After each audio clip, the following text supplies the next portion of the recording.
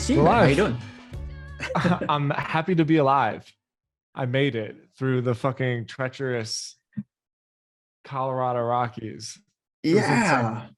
Yeah. You texted me about this. So what happened? You guys drove through a blizzard in the Rockies? Yeah, well, I told you that it's Saturday. We usually record on Friday. I had to push the date back because we had a memorial service to go to in Vail, Colorado. I've never been to Vail before. It's like a ski mountain town, and you got to drive across the Rockies to get there. And just as we're driving up the hill, it just starts crazy snowing, and the kind of snow where the snowflakes are like the size of apples, and so you can't see Wow. anything. And we left at 2:30. We left at 2:30. We got there at like 5:50 probably. We stayed for like a half hour just because of how nervous we were. Because we had a babysitter and stuff too, so like we didn't have the kids with us or nothing. And yeah, we watched like a couple speeches, gave some hugs, had some conversations, and then went back. But it was so bad by that time, like tons of highways were closed. Police were shutting it down. It was, I mean, Wow. dude, it was like it was really crazy. You couldn't see That's anything. wild, man. Yeah, it was a pretty cool experience actually. I was never like scared in that I felt really unsafe, but for sure felt like gotta focus, gotta pay attention, four-wheel drive, like you skidded out on a mountain with like a 12% gradient incline or whatever they call it. So yeah, it was crazy. We got home at like 2 in the morning. Um, but all good. We made it. Wait a second. Wait a second. You got there at like 5. You stayed for maybe an hour max. So you left at Not like even. 7. And you got home at 2 in the morning? Yeah. One little earlier than, yeah, I mean pretty close. I think like Oh my 140. God. That's like a 6 hour, 7 hour drive home. You gotta Yeah, be dude, we kidding me, drove for like man. 12 straight hours through a blizzard in the mountains. That's a story. I love stuff like that where it's like that's one of the benefits to living places that are just a little bit more rugged, you know? Well, we're glad to have you back. Thanks. I'm excited to chat this week. Before we Me get too. into it, I got a shout out. We had somebody who is listening to the podcast. Her name is Ashley Pride, and she is at A Pride Designs on Twitter. She said something really nice about the episode that we did on hard work and hustle culture. She said, I'm in my 30s, making the most of building relationships and now using skills I've developed to create meaningful change. Conversations like this give me the courage that I'm not crazy for believing. And then Heart from Hmm. Philly. I think you two had like a little Philly bonding experience because I'm seeing Yeah, a bunch because of the fucking Eagles here. Eagles are the best team. So I shout saw out to that too. Ashley. Yeah, thank you so much, Ashley. I saw that too. That was cool. Yeah, man. My week was so busy. I have nothing. Do you want to? See, that's where we should start. We should start with, Yeah. hey, what's it going? I don't know what to talk about today. All right, Yeah, Isaac, so cut us in there. so that's the beginning of the show. All right, cool. Well, I could talk about the week and why it's been busy, but I don't think I have like a structured thing this week. no, that's fine. I've been toying with an idea, and it's not a really groundbreaking idea, but I think it covers what I see is a gap in there's an opportunity here like for me and other creator businesses that might be a little bit further along, but there's also an opportunity for people that are just starting out.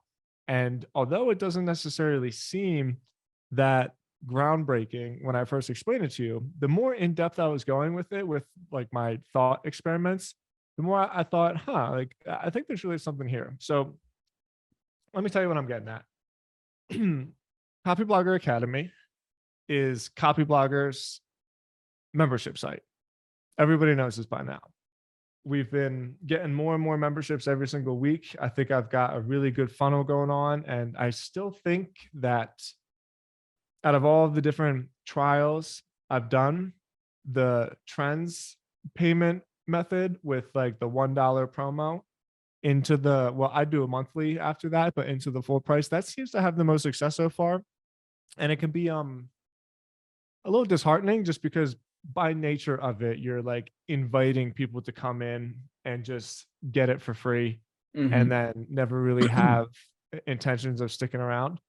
But I can do pretty like third grade level math and I can add, and the addition says it's more than would have been otherwise. And so this Mhm. pricing model is working really well. Okay. So the pricing model is working pretty well for Copywriter Academy. And so the next thing I did is, I know I've told you before, like I had my own product I was working on with the bootstrapper, and like we've been talking about doing products, and my life just got too crazy. And so one of the things with the new year that I talked about was being able to say no more often. And so I shut everything down basically, and I just decided Copywriter Academy is my membership product, like worldwide. Like this is the only thing I got.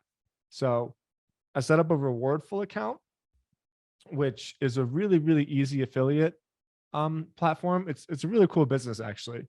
I always thought affiliates were like really annoying because Share a Sale was like one of the market leaders, and I just thought their UX and their dashboard was like really, really terrible. It didn't necessarily give me all of like the cool, fun insights that I want to see when I log in and see a dashboard, both from the product owner, but both from the affiliate level, because each affiliate needs to have their own login and dashboard as well.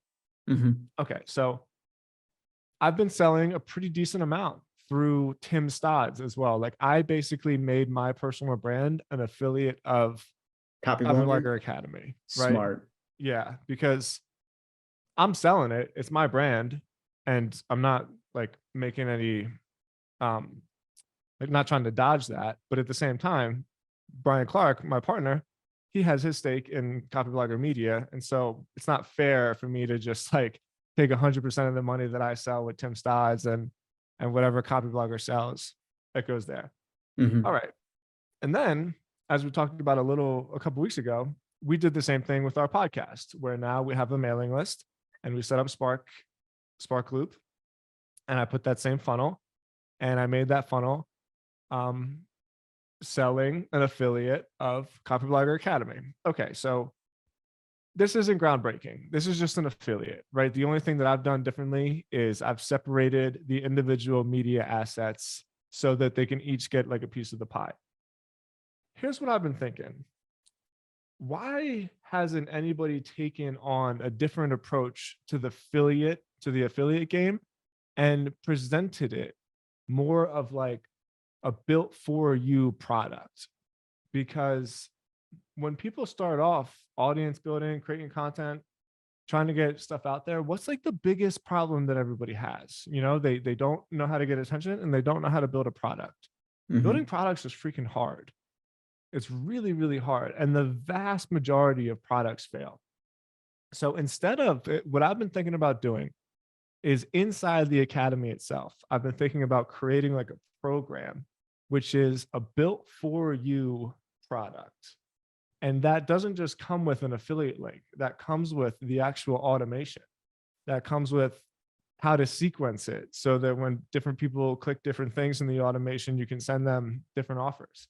It comes with the functionality for deadline funnels. And it basically comes with like no setup fee implementation. So like this is a fully done product that has a good reputation, that has good profit margins for you as the affiliate, and is zero skin off your back. You don't have to do anything. And so that way the creators can spend all of their time creating content, trying to get email lists and building an audience, which is what they want to do. Right. How does that land off of you when I present it that way? Do you think I'm just spinning my wheels, or do you think that's something that actually has legs to it?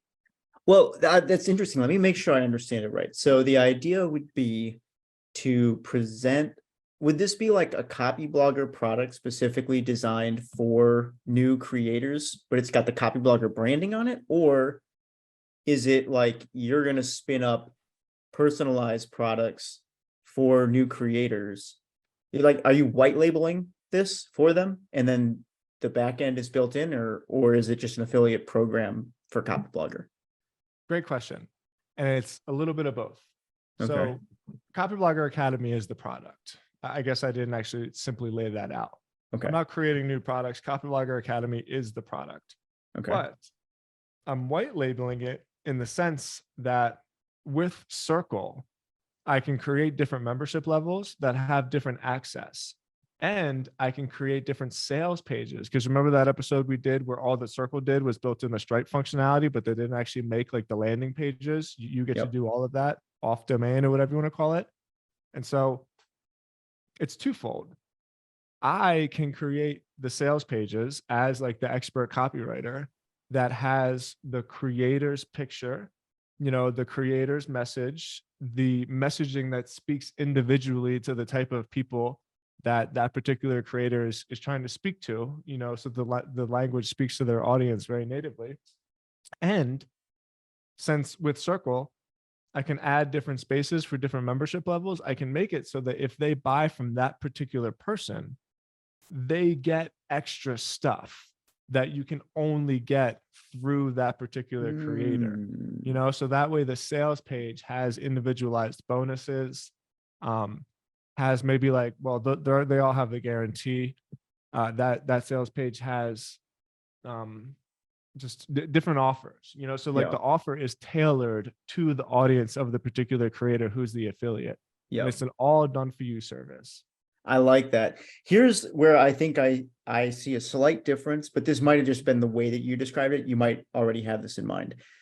Where I think this could be really successful is with established creators, not necessarily people who are just getting into the game, because so many people who start this journey don't make it work, right? Like they either they don't stick with it or they struggle to build the audience. And I think for something like this to really be worth your time, you'd have to be able to hit a certain level of scale. That would be challenging if this was available to just like anybody.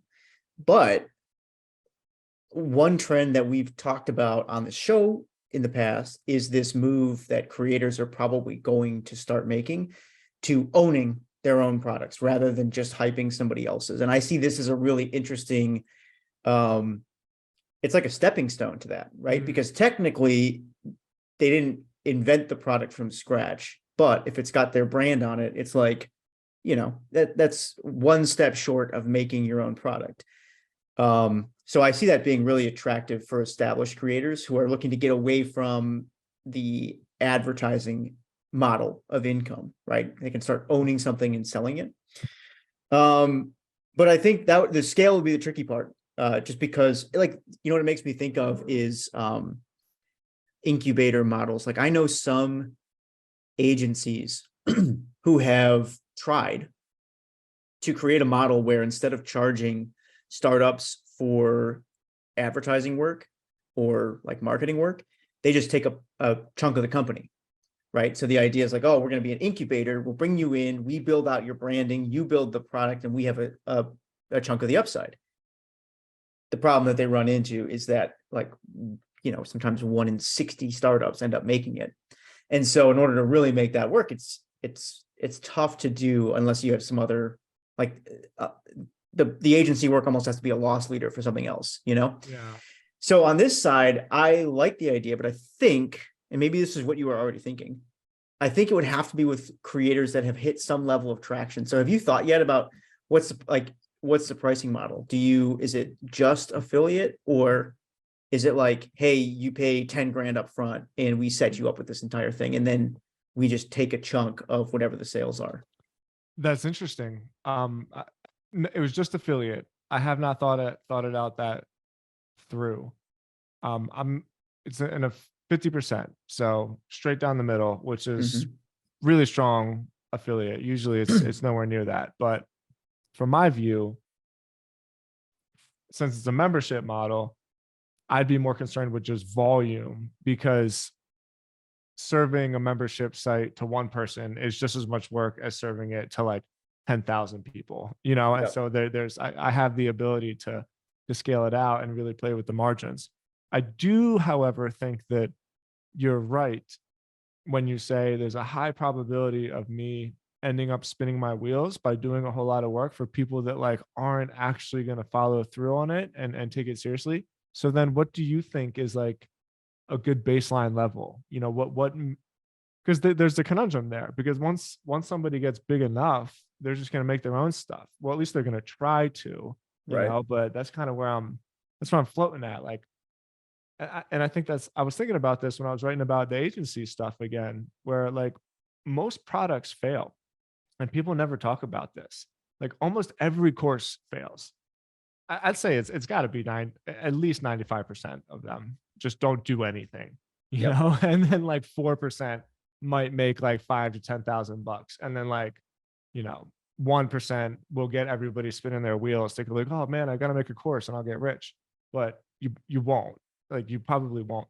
And so, where is that line where you're established enough that I can take you seriously, but you're not too established where you're not thinking that you would be better off on your own? Yeah, it's a good question. And I don't know. I think but I do think that there might be a way to design this with that in mind, where maybe the value prop is, hey, you're a creator, you've already got traction. You're working your ass off to sell ads. Like you already know what the next step is. You know you have to start making products, but you also don't know how to do that. So this is the stepping stone, right? It's like we work with creators who've hit this level of traction. You pay this much. Here's what the program looks like. And within 6 to 12 months, we expect you to cycle out and start building your own products, right? Like that is what we're trying to train you for. And we're just kind of the intermediary. That'd be kind of interesting, I think, from a creator standpoint, for a few reasons. And this is just me thinking through like what would be valuable for me. If Yeah. like, I think it would be cool to be around people who are at that stage. And so I would be willing to spend money, like I said, X number of dollars up front, and then potentially some kind of like ongoing membership fee as well. For a combination, the 1-2 punch would be, we're going to put you in a community with the other people that are in like your cohort, right, of creators. So you're going to meet a whole bunch of other creators who are at the same stage as you. You're going to be going through all this learning together. And then the idea is that you will eventually develop products of your own. And if you want to, you can stay part of the community. And then that becomes like your recurring revenue. But it's almost becomes difficult to talk about this stuff though, because it just becomes like turtles all the way down, It's like how many communities and products and courses can you stack on each other before it just becomes this crazy like Inception type model. But I think that would be interesting, for creators who've gotten to a certain level. And what is that level? Probably like, high 5, low 6 figures in annual revenue. And it's probably somebody who's got more opportunities than time, right? Because if they have the time to make a product, they're just going to make the product. I think there's a lot of creators out there though who've just got they've got a lot going on. They don't have time to make a product, and they might be interested in something like that. I don't know. Does that resonate when I say that? It totally resonates. Yeah, it totally resonates. I think the angle is what we've talked about with the free front end, back end. I know I've mentioned this before, but just that whole analogy, it totally fucking changed everything for me, man. Like everything that I have now just follows the same exact structure, including our podcast. And like I'm just never doing anything else again because it's so simple. And I think there's a vast number of people, especially who use Twitter and LinkedIn, who collect email addresses and sell sponsorships on their newsletter and don't know where to go after that. And a lot of those people even try to create a course, and it's usually like a Gumroad course or something fucking like, I'm not trying to shit on anybody's stuff, but it's suboptimal, it's below average, because the problem with paid courses is basically everything is free. And so it's not actually knowledge that people are paying for, it's something special. I don't know how you explain that exactly. It's just something special that makes you believe like, oh, okay, I can do this. Like that's what people are paying for with courses. It's just that one little extra 2% of like, oh, I get it, I can do this. Yeah. So unless well, I totally agree with you actually. And I've thought about this a lot with paid newsletters too. People ask, like, how do you position paid newsletters? Or I'll see this a lot with creators where they'll try and sell a Patreon, which doesn't do very well. And it's because they don't really understand what people are paying for. They're not really paying for the information in a lot of cases. Sometimes they are. Like a lot of investment newsletters, they're paying specifically for your opinion on things, Yeah. right? And there are some industry newsletters that are like that too, where if you've like developed a reputation for being an expert in a certain industry, people will pay you just for your take on the industry. But in the case of something like trends, I actually don't think people are really paying for the information that much. I mean, they think they are, but really the value that they get out of it is access to the community. Yeah. Or something else, right? For trends, I think it's access to the community. For other creators, it could be something else. And being able to identify what that key thing is kind of the unlock for revenue. So if you're struggling to make like a Gumroad sale work, it's usually because you're trying to sell something that people don't actually want, right? And oftentimes, very like a slight pivot can really just unlock sales there. So maybe that's what this is. This is like, hey, we're going to show you. This is your chance to really experience what it's like for a paid product to work right. That way, when you go off and build your next paid product, you already have a feel for what it should be like. Like there's value to that, man. I think we talked about this a couple of weeks ago. Maybe it was last week when I said, my advice for people who are kind of just getting out of school would be go join a company. Don't run your own thing. Go join a company and do cool shit with people who are out there on the front edge. And one of the biggest benefits of that we didn't necessarily talk about is that when you then go do it for yourself, you know what it's supposed to look like, right? Like it's very, very difficult to figure all this stuff out for yourself when you're also the one who's like, your entire income relies on getting it right. So to be able to parachute into a situation where everything is just kind of working, and then you can see like, oh, that's what it looks like when you've really found product market fit. That's what it looks like when the marketing is really dialed in. Like these are the percentages that we should be shooting for. And this is roughly how the pros do it in the first place. There's a lot of value there. And I think if you were to design this with that in mind, where you're like, look, we're kicking you out of the nest at some point. You're not going to sit here and be an affiliate forever, but we're going to train you up so that you can go do this on your own. That could be cool, man. So I have two things. I agree. Well, three. Well, let's just start with two. Well, I agree. four. Yeah.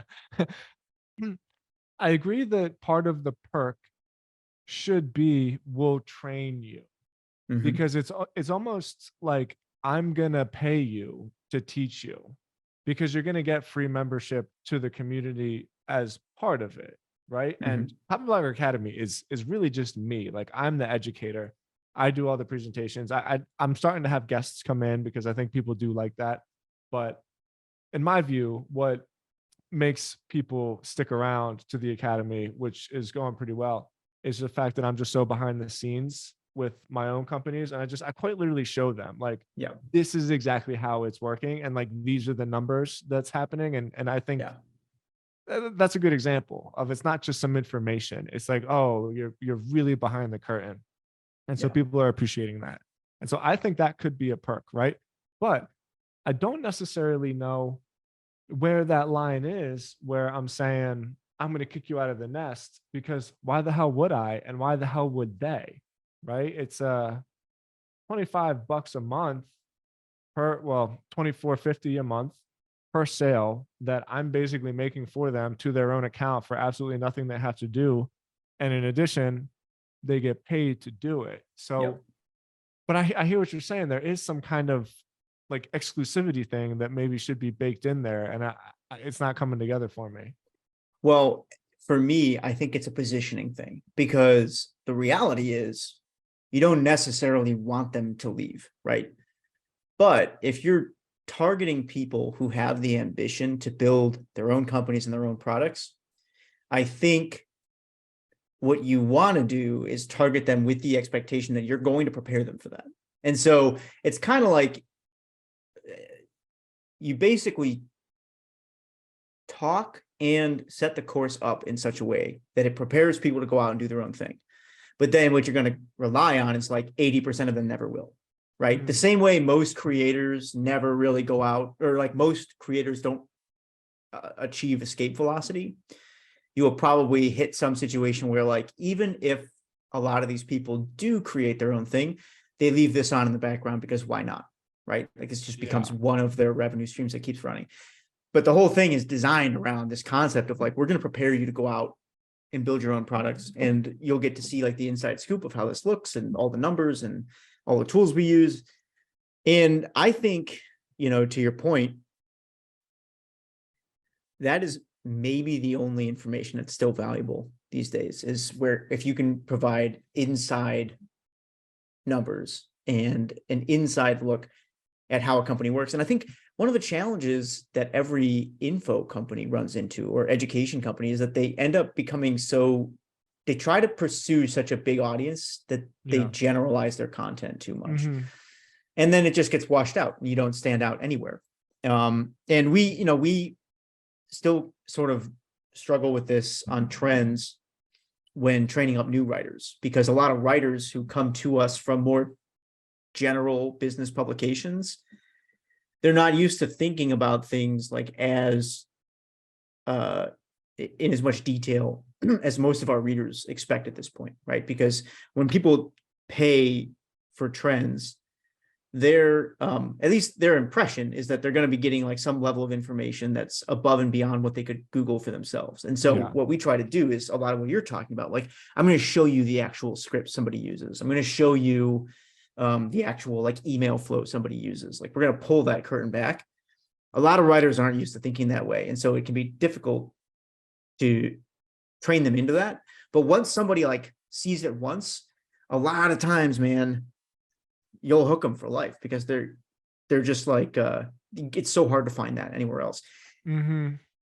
Which, I don't know if we ever talked about this. This brings up another theory that I have about building audiences and building a living like as a creator. I think the best way to do it is to put everything on the table and like reveal more than you're comfortable with about your business, and really try to make yourself obsolete in terms of the amount of information that you pass on to your readers. I think a lot of creators make this mistake of, and I've done this, of holding information back because they don't want to reveal everything at once.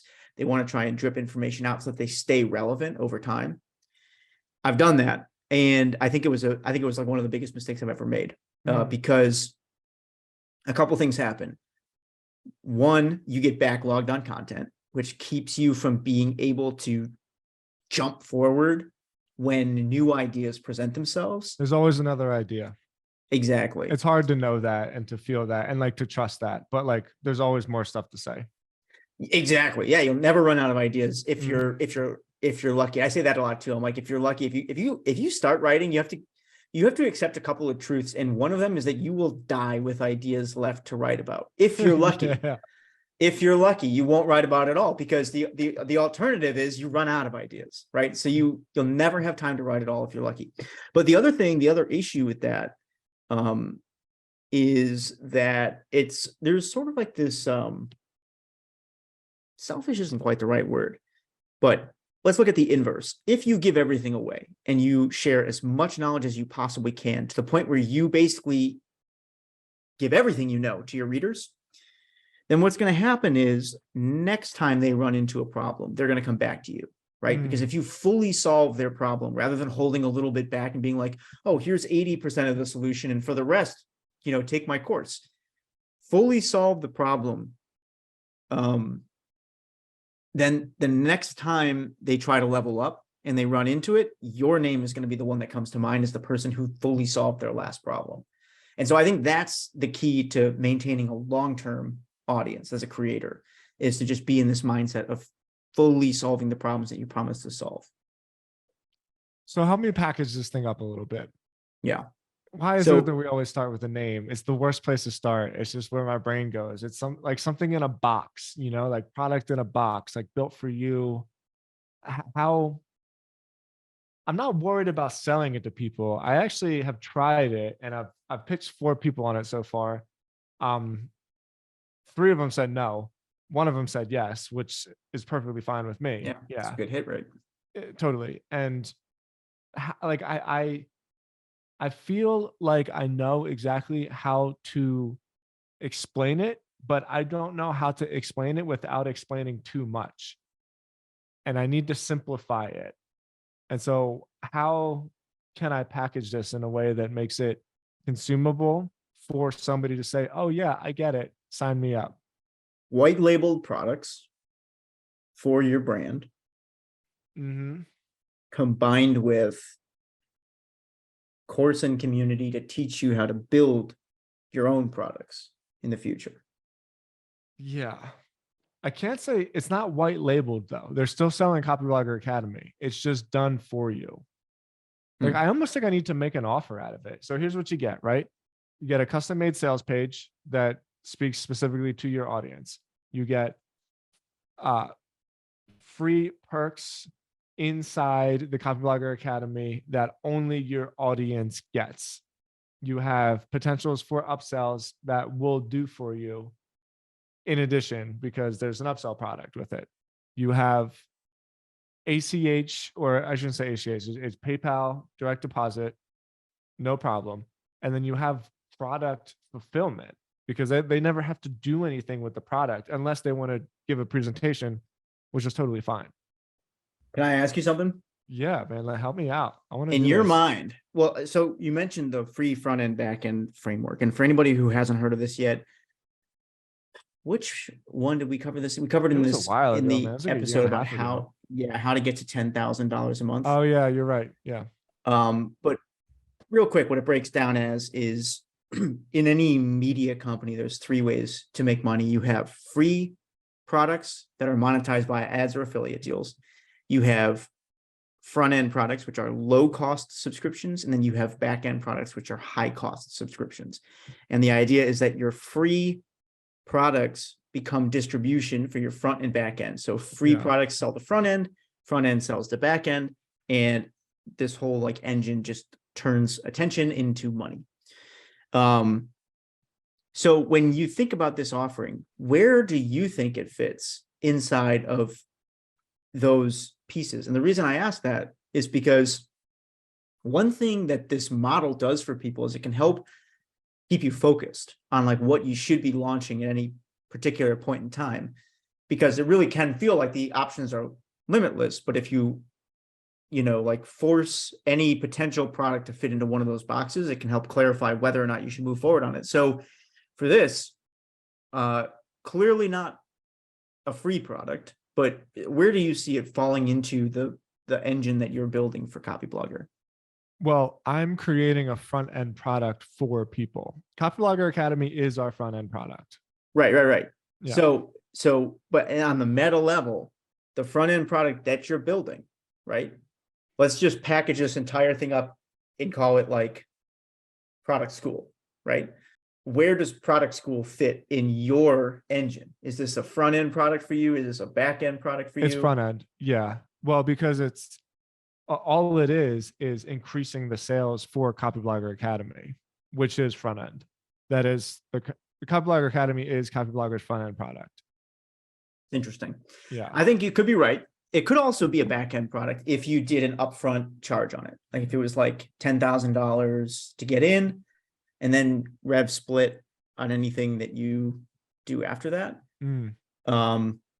Then it could potentially fit into your model as a back end product, right? High price, high ticket item that happens to also like have this little now affiliate. we're turtles all the way down though. I like we're lost in the media sphere now.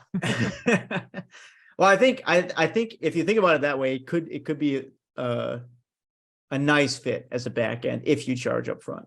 But it's important to think through that, because without those guardrails for people listening to this, like it can be really easy to chase opportunities where you think you see them, but it's not really clear where they actually fit into the business model, right? So I would think through that, but it sounds cool, man. I think there's definitely an audience out there. The one person who already said yes, what kind of model did they say yes to? Just, hey, I'll set this up for you, and then we just split it. Yeah, exactly. Everything I explained to you, they said yes to. And this person already has a paid sponsorship newsletter. And this person doesn't want to go. Well, maybe they do want to, but they just can't go any further right now because all of their focus is on writing their newsletter and driving traffic to their landing page to get email signups, right? Like, That's interesting.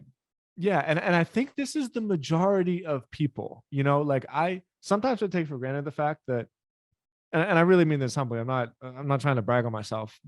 I've been doing this for a while, and like I have resources and people, and I've talked about this before, where I think labor is like the most valuable form of leverage, right? Because everybody says technology is the most valuable form of leverage and media and code, but eventually someone's going to have to file your taxes. Eventually someone's going to have to pick up the phone, and just do all of this stuff. And so like I've built a really strong team. And so I take for granted sometimes the fact that I have the capability just to have somebody manage the copy blogger sponsorship network and write the newsletter and write the blog and sell the academy itself, the product, and manage digital commerce, which is our back end agency, But I think most people have this idealistic dream that they can sit by themselves on a laptop and make 300 grand a year. And I don't think that's reasonable for the majority of people, because even just having a paid newsletter is like more work than people think, man. It's Mm-hmm. hard, And so I think a Mm-hmm. lot of people are stuck on this newsletter space and have these like ambitions of creating a digital products. And so they start with like a $19 ebook or something dumb, and then that doesn't work. And so they say like, oh, I need to be more expensive. Let me make a $500 course. And then, come to find out Gumroad charges 20% or whatever it is now. And so that falls on its face. And so I Yeah. think there's a very, very specific type of person who will hear this and just be like, so all I have to do is keep working on my newsletter and keep trying to get email signups and you'll do the rest. And I'll be like, yes. Yeah. Like I'm in. Yeah.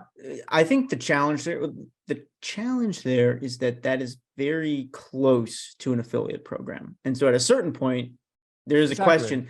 I think there's a fair question, which is like, why would you go through all the trouble of customizing the landing page if you could just turn these people into affiliates? Yeah. Just be like, I mean, you could make an argument for doing it, sure, but there's a line that you're definitely dancing on there. But could I want to pivot just a little bit to talk about how you built your team, because this is something that I'm struggling with.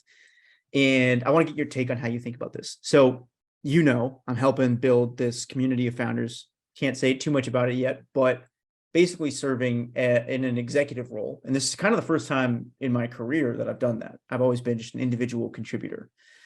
And one of the things I'm struggling with is figuring out when to hire people for certain jobs. And I've been talking to some of my mentors about this so far, and I've been kind of surprised by their feedback. So one guy I talked to, he said, as soon as you feel like you have a task that you can package up and like turn into a process that could be taught to somebody else, we should just plan to hire for that. Like bring in a VA and they can just slowly take on more and more of these types of tasks. I also talked to Sam about it recently, and I asked kind of his advice, and he goes, I said like, when do you think I should hire people for X, Y, and Z? And he goes, like, as soon as possible, right away. And so it feels like people who have been kind of operating at that level for a while, they think about this much different than I do, where for them, it's like, I'm not going to do anything that could be replicated by somebody else. Like as soon as I get a task to that point, hire for it. How do you think about it though? Because you're really good at this. You have like a Yeah. smooth running team. I agree with Sam. I wouldn't think of it. I think you want to flip how you determine it, though. It's Hmm. not about when do you have something that can be hired for. it's the opposite. It's when the split second that you're not doing the absolute most important thing that you should be doing, then you say, I'm not, someone else needs to do this. So like, I always think of it in terms of it's not what I don't want, it's what I want. It's not what I don't want, it's what I want. And for me, I'm not saying for you, but like my most important thing is to be making sales. That's it. No one can make the money like I can. This is what I decided to do with my life. This is where we talked about before. I'm not helping people. I'm adding value. Like I'm not being helpful. I'm adding value. Mm. And as soon as I'm not doing that, then somebody else needs to do that shit for me. And it's scary because this won't come right away, by the way. This is like a process. And it's an emotional process as much as it's a logistical process. But you have to get comfortable with the fact that the investment you make in doing this won't actually pay off for a little while. And even worse, there's probably a 50% chance that it won't work, period. And you'll have to hire somebody else, you know? And so like you're constantly tweaking, like oiling this machine that like entropy just wants it to fall apart on its own, you know? But the answer is like, yeah, it's not even as soon as you can, it's identify what your ultimate outcome is, identify the most important thing that you can be spending your time and focus and energy on. And as soon as you're not doing that, even for like a tiny, tiny microsecond, because that microsecond's only going to get bigger, you know, Yep. it's not going to get smaller. It's only going to get bigger. So as soon as that happens, make someone else do it. That's super helpful. It's super helpful, man. And I was never taught to think like this inside of my career so far. You know, it's always been the opposite. As an individual contributor, it's like, what can you take on? What more can Yeah. you add to your plate? And this is basically exactly the opposite. Yeah, it is. It's hard because you waste money. Yeah. And like there's no How do way you, around it. yeah, how do you think about that? Because you know, for me, I'm like it's somebody else's money, right? So I feel it, but I also am like protected from it a little bit. So inside your company, that's like coming out of your pocket. How do you prepare yourself mentally to waste that money? Like what goes through your head? Well, you focus on the big wins. This was a Ramit Sethi thing for me. People spend so much time on the $3,000 questions and like no time on the $30,000 questions because Ramit Sethi's example is not buying lattes because you're wasting $4 a day on a latte when you can make coffee at home. But $4 a day times 365 days a year. I don't know. I'm not going to do math on the spot. Let's just call it $1,200, right? That's $1,200 that we could have wasted that we could have gotten right the first time. So, sorry to everybody listening. It's Saturday and my kids are running that in and out of my office. So it's $1,200 that we could have wasted. But who gives a shit if all of the stuff that you put together and all of the time you save buying lattes nets you $100,000 deal? You know, like it's loss aversion. It's just the primal instinct inside of our amygdala that says like, I can't lose this. I can't lose this. I can't lose this. Where it's exactly the opposite of what your brainstem is telling you to do, which is why it takes like emotional training.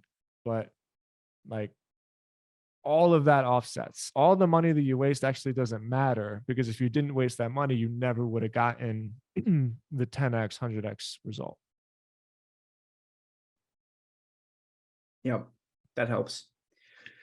I really like that framework of like as soon as you're not doing the thing, because I do this. I start the day with a list of priorities, and honestly, probably half of them are not the thing, right? Right out of the gate. So right out of the gate, there's a bunch of things right now that I need to get rid of.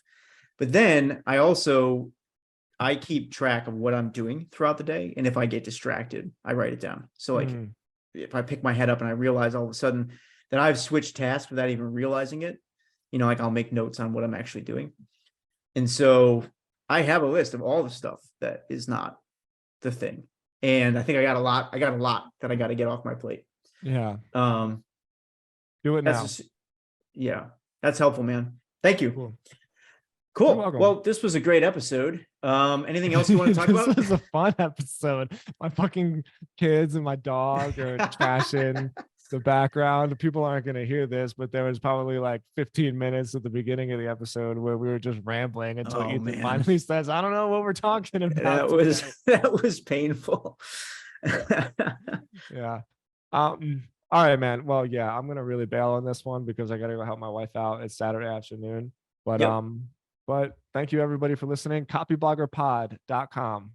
We have an email sign up, we have a free giveaway, we have a newsletter. We got a I'm- done for you product service. we have a done for you product sales. Yeah, we're going. All right, man. Great talking to you. Likewise. I'll talk to you soon. Later, man.